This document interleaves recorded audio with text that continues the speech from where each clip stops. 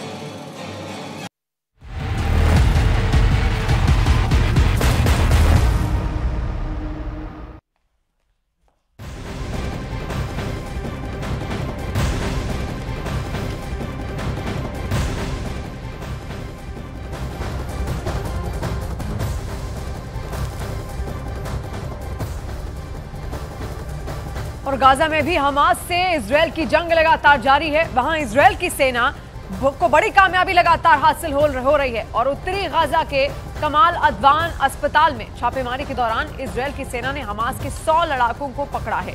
खबर है कि उन लड़ाकों के पास से भारी तादाद में हथियार भी बरामद किए गए हैं। तो यहाँ से ये लड़ाके उनको हाथ लगे, जिसके बाद अभी खबर आ रही है कि कई सारे हथियार भी उनके पास से बरामद हुए हैं, जो लगातार अब छिपे छुपे इजरायली सेना की ओर से भाग रहे हैं। और आप देखें किस तरीके से अंदर इजरायली सेना पहले दाखिल होती है, क्योंकि लगातार वो हिजबुल्लाह के लड़ाकों को खोज रही है। हमास हिजबुल्लाह जो लगातार उसके टारगेट में है और कोशिश उनकी यही है कि ज्यादा से ज्यादा लड़ाके उनके काबू में रहें।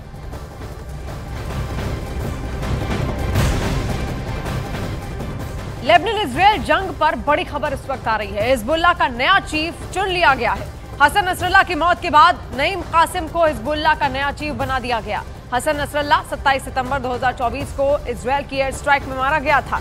अब हिजबुल्लाह को चीफ नया मिल चुका है, जिसका नाम है नईम कासिम। तो नईम कासिम को यहाँ पर नई जिम्मेदारी भी दी गई है और तस्वीर भी हम आपको दिखा रहे हैं। लेकिन इसी के साथ अब एक बड़े टारगेट पर इजराइल के नईम कासिम रहेगा। तो ये तस्वीर आप देखिए किस तरीके से हिजबुल्लाह अब आगे बढ़ता हुआ यहाँ पर नजर आ रहा है। हालांकि एक बड़ी चोट इजराइल ने उसको दी थी जब नसरल्लाह को खत्म किया गया था, क्योंकि बड़ी जिम्मेदारियां हसन नसरल्लाह को यहाँ पर इससे पहले दी गई थी। लेकिन जब उसका खात्मा होता है उसके बाद एक बड़ा सदमा हिजबुल्लाह को यहाँ पर लगता है और अब एक नया चीफ यहाँ पर चुन लिया गया है। और हमारे सहयोगी रिफत अब्दुल्ला भी इस वक्त हमारे साथ जुड़ रहे हैं। रिफत, देखिए बहुत वक्त से हिजबुल्लाह इधर उधर डगमगाया जरूर था, क्योंकि नसरल्लाह को खत्म कर दिया गया था इजराइल की ओर से। लेकिन अब नईम कासिम आ चुके हैं, एक नई जिम्मेदारी तो यहाँ पर दी ही गई है। लेकिन इसको लेकर क्या अपडेट है कि नईम कासिम भी अब इजराइल के टारगेट पर होगा? देखिए, बिल्कुल जिस तरीके से अभी ब्रेकिंग न्यूज़ यही है कि हिजबुल्लाह ने अपने नए चीफ को मुकर्रर किया है और ये शेख नईम कासिम का नाम सामने आया है, जो अभी हमें खबर मिली है। और ये नए चीफ होंगे हिजबुल्लाह के सैयद हसन नसरुल्लाह के बाद। चूँकि पहले ही ये डिप्टी सेक्रेटरी रहे हैं, लेकिन अब इन्हें बाज़ाब्ता जिम्मेदारी दी गई है। चूँकि लगातार जंग जारी है और हिजबुल्लाह की तरफ से लगातार इसराइल पे ताबड़तोड़ हमले किए जा रहे हैं, रॉकेट्स, मिसाइल्स, और उस तरफ से इसराइली फोर्सेस की तरफ से भी जगह जगह पे लेबनान में हमले किए जा रहे हैं। और इसराइली फोर्सेस कह रहे हैं कि वो हिजबुल्लाह के ठिकानों को, हिजबुल्लाह के एमुनेशन डिपो, उसको हिजबुल्लाह ने जहाँ पे भी सामान रखा है उसको तबाह किया जा रहा है। और इसराइली फोर्सेस ने कहा कि 1500 से ज़्यादा हिजबुल्लाह के लड़ाकू जो हैं उनकी मौत हुई है अभी तक इन स्ट्राइक्स में। लेकिन 2700 से ज़्यादा लोगों की मौत अभी तक स्ट्राइक्स में हुई है। कल शाम के दौरान एक साउथ लेबनान में एक स्ट्राइक हुई, उसमें एक ही जगह पे 63 लोगों की मौत हुई और दर्जनों घायल हुए। तो हालात बड़े खराब हैं लेबनान में भी और इसराइल में भी, क्योंकि लगातार इजराइल की ओर से कई हमले जारी हैं और खासतौर पर जो दक्षिणी लेबनान है सबसे ज्यादा वो प्रभावित है। अब उसको लेकर क्या अपडेट, कौन कौन सी वो जगहें हैं जो अब भी इजराइल की टारगेट में है, दक्षिणी लेबनान में या लेबनान के किसी भी क्षेत्र में जहां पर हिजबुल्लाह भी रह रहा हो? देखिए, जब से मैं इतने हफ्तों से यहाँ पे मैं हूँ और लगातार मैं साउथ लेबनान जा रहा हूँ, नबाती का एरिया बिल्कुल बर्बाद किया गया है और नबाती वही जगह है जहाँ पे वहाँ के मेयर की भी मौत हुई एयर स्ट्राइक में। उसके अलावा जो टियर इलाका है, टियर इलाके में जगह जगह पे बर्बादी हुई है। और अगर बेरूत के आउटस्कर्ट्स में बात करें तो दही एक ऐसा इलाका है जो रोज़ दहलता है। 10 स्ट्राइक्स, 5 स्ट्राइक्स, 8 स्ट्राइक्स रोज़ होती हैं। और दहिया वही इलाका है जहाँ पे हसन नसरुल्लाह पे अटैक किया गया था और उस अटैक में न सिर्फ हसन नसरुल्लाह की मौत हुई थी बल्कि जो बाकी कमांडर भी थे वो भी उस हमले में मारे गए थे। तो जगह जगह पे इस्राएली फोर्सेस की तरफ से इस वक्त हमले हो रहे हैं, लेकिन काफ़ी जगहों पे जो है इस्राएली फोर्सेस को ज़बरदस्त चैलेंज का सामना करना पड़ रहा है। खासतौर से जो ज़मीनी जंग है उसमें इस्राएली फोर्सेस को कोई कामयाबी नहीं मिल रही। हालांकि दक्षिणी लेबनान है वहां पर क्या लोग अब भी हैं या उनको वहां से इवैक्यूएट कर दूसरी जगहों पर ले जाया जा रहा है? जो सेफ सुरक्षित जगह है वहां पर उनको छोड़ दिया गया है, कोई रह रहा है? देखिए, यूएन की एक रिपोर्ट नहीं, बिल्कुल नहीं रह रहा है। काफ़ी सारे इलाके बिल्कुल खाली कर दिए गए हैं। लेकिन मैं आपको बता दूं, यूएन की आज की एक रिपोर्ट आई है कि तकरीबन 4.5 लाख लेबनानीज जो हैं वो सीरिया की तरफ चले गए हैं। 20-25 हज़ार जो हैं वो इराक चले गए हैं। 16 लाख से ज़्यादा लोग अभी तक अपने घर छोड़ के चले गए। खाली बेरूत के इर्द गिर्द लोग रहते हैं। साउथ में तो तकरीबन हर जगह पे लोग बिल्कुल निकल गए हैं। जी रिफत, जानकारी के लिए बहुत बहुत शुक्रिया। और इस वक्त वॉर जोन में खुद रिफत अब्दुल्ला हमें अपडेट दे रहे थे वहां पर क्या हालात इस वक्त बने हुए हैं।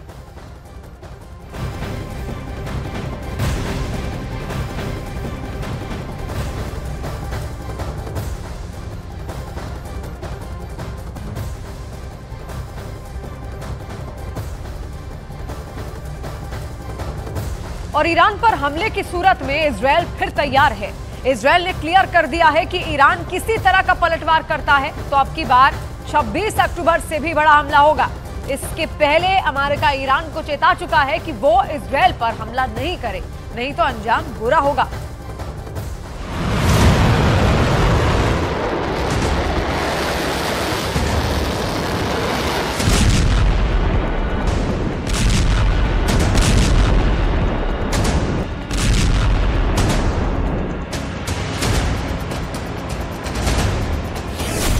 ईरान ने किया पलटवार तो भीषण होगा संग्राम।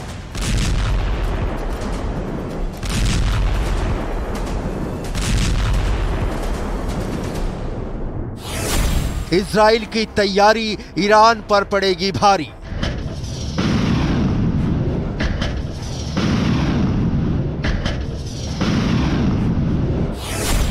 ईरान करे बर्दाश्त वरना तेहरान में खूनी बवाल।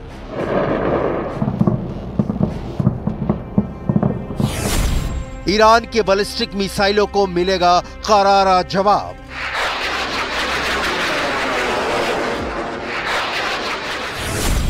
छब्बीस अक्टूबर से भी बड़े हमले के लिए इजराइल तैयार।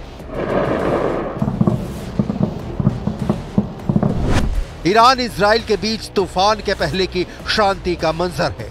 हमले से खौलता ईरान पलटवार का जबरदस्त प्लान रेडी कर रहा है तो ईरान के हमले का मुंहतोड़ जवाब देने के लिए इजराइल की सेना इस वक्त फुल ऑन युद्धाभ्यास कर रही है। कभी भी किसी भी वक्त, रात हो, दिन हो, सुबह हो, शाम हो, ईरान की मिसाइलें इजराइल की सीमा में दाखिल होती हैं तो इजराइल का दावा है कि वो ऐसा जवाब देगा कि पूरा ईरान थर्रा उठेगा।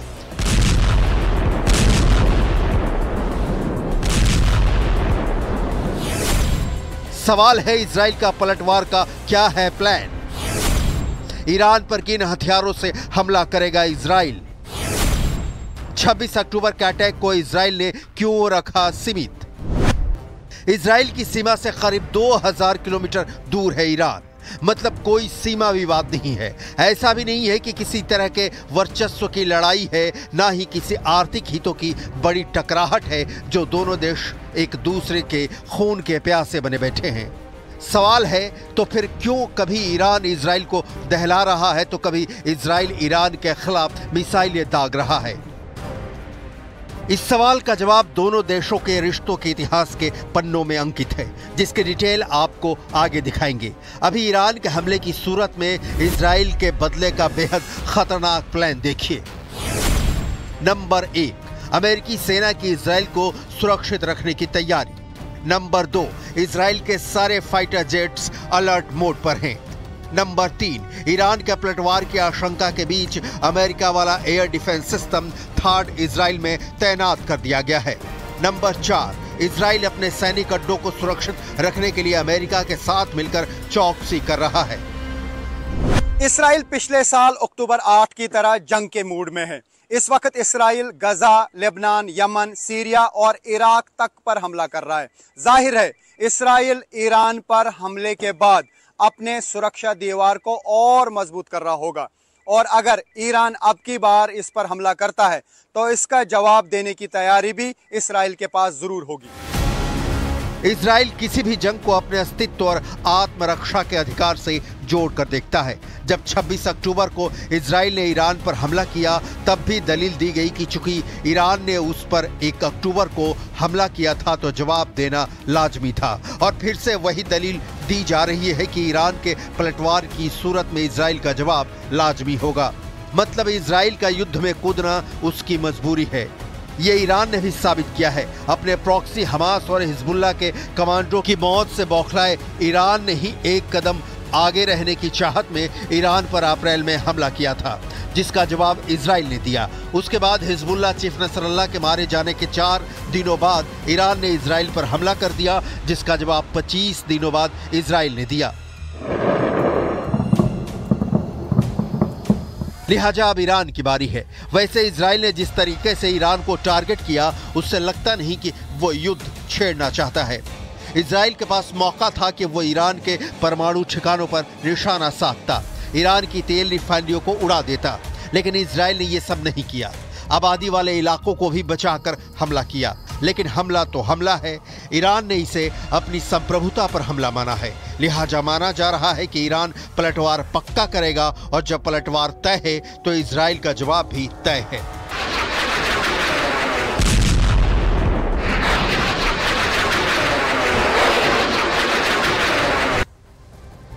ईरान इजराइल पर पलटवार करने के लिए सही वक्त का इंतजार कर रहा है, तो इजराइल ने भी किसी भी तरह का पलटवार होने की सूरत में ईरान को तहस नहस करने की ठान ली है। यानी एक चिंगारी इस युद्ध को पूरे विश्व में फैला सकती है।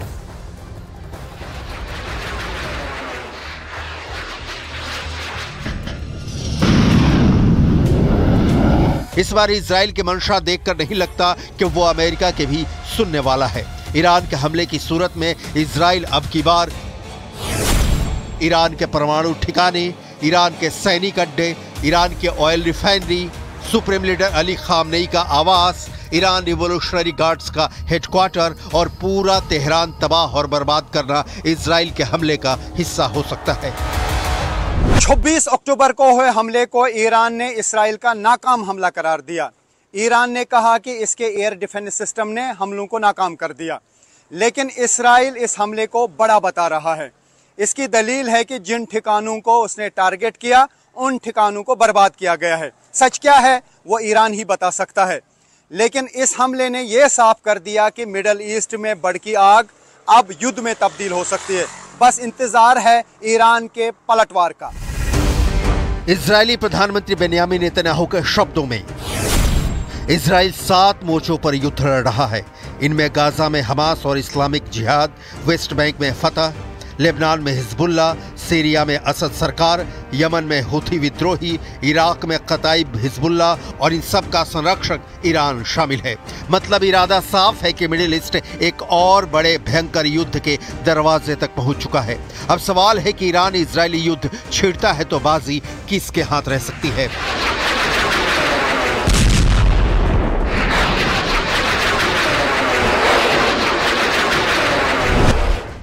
दशकों के अंतर्राष्ट्रीय प्रतिबंधों की वजह से ईरान के पास एडवांस हाई टेक्नोलॉजी वाले सैन्य उपकरणों का अभाव है।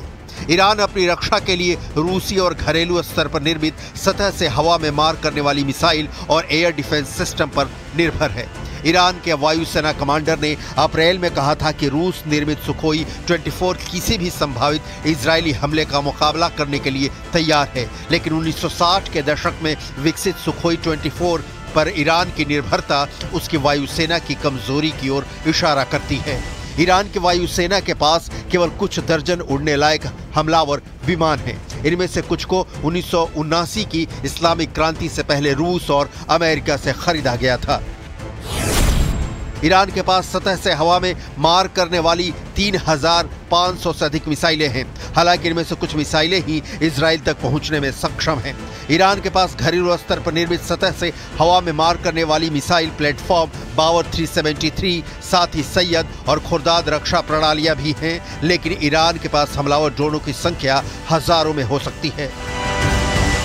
ईरान हमलावर ड्रोन को इसराइल के खिलाफ इस्तेमाल कर सकता है, लेकिन देखने वाली बात यह है कि ईरान से इसराइल की दूरी करीब 2000 किलोमीटर की है और ईरान के पास भले ही हजारों की तादाद में ड्रोन्स हों, लेकिन इतनी लंबी दूरी तय करने वाले ड्रोन्स की तादाद ईरान के पास बहुत ही कम है। ऐसे में विकल्प के रूप में बच जाता है मिसाइल, खासकर बैलिस्टिक मिसाइल, जिसे लेकर कहा जाता है कि इसराइल के पास इन मिसाइलों का तोड़ नहीं है। दुनिया के कई एक्सपर्ट का मानना है कि इजराइल की नजर इस वक्त हमास और हिजबुल्लाह को पूरी तरह से निपटाने पर है। वो ईरान से कम अभी तो जंग नहीं चाहता। यही वजह है कि इजराइल ने ईरान पर हमलों को सीमित रखा और हमले के बाद हमला कंप्लीट हुआ इसका ऐलान भी कर दिया। इजराइल ने इसका भी संकेत दिया है कि वो हमास के साथ सीज फायर कर सकता है। ईरान भी इसके लिए राजी दिख रहा है और पहल भी ईरान ने ही की है।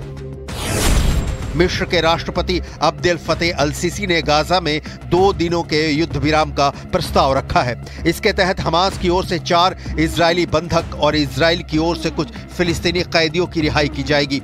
युद्ध विराम से जुड़ा ये प्रस्ताव ऐसे समय में सामने आया है जब पिछले हफ्ते ही इजरायली सुरक्षा एजेंसी शीन बेत चीफ ने काहिरा का दौरा किया था।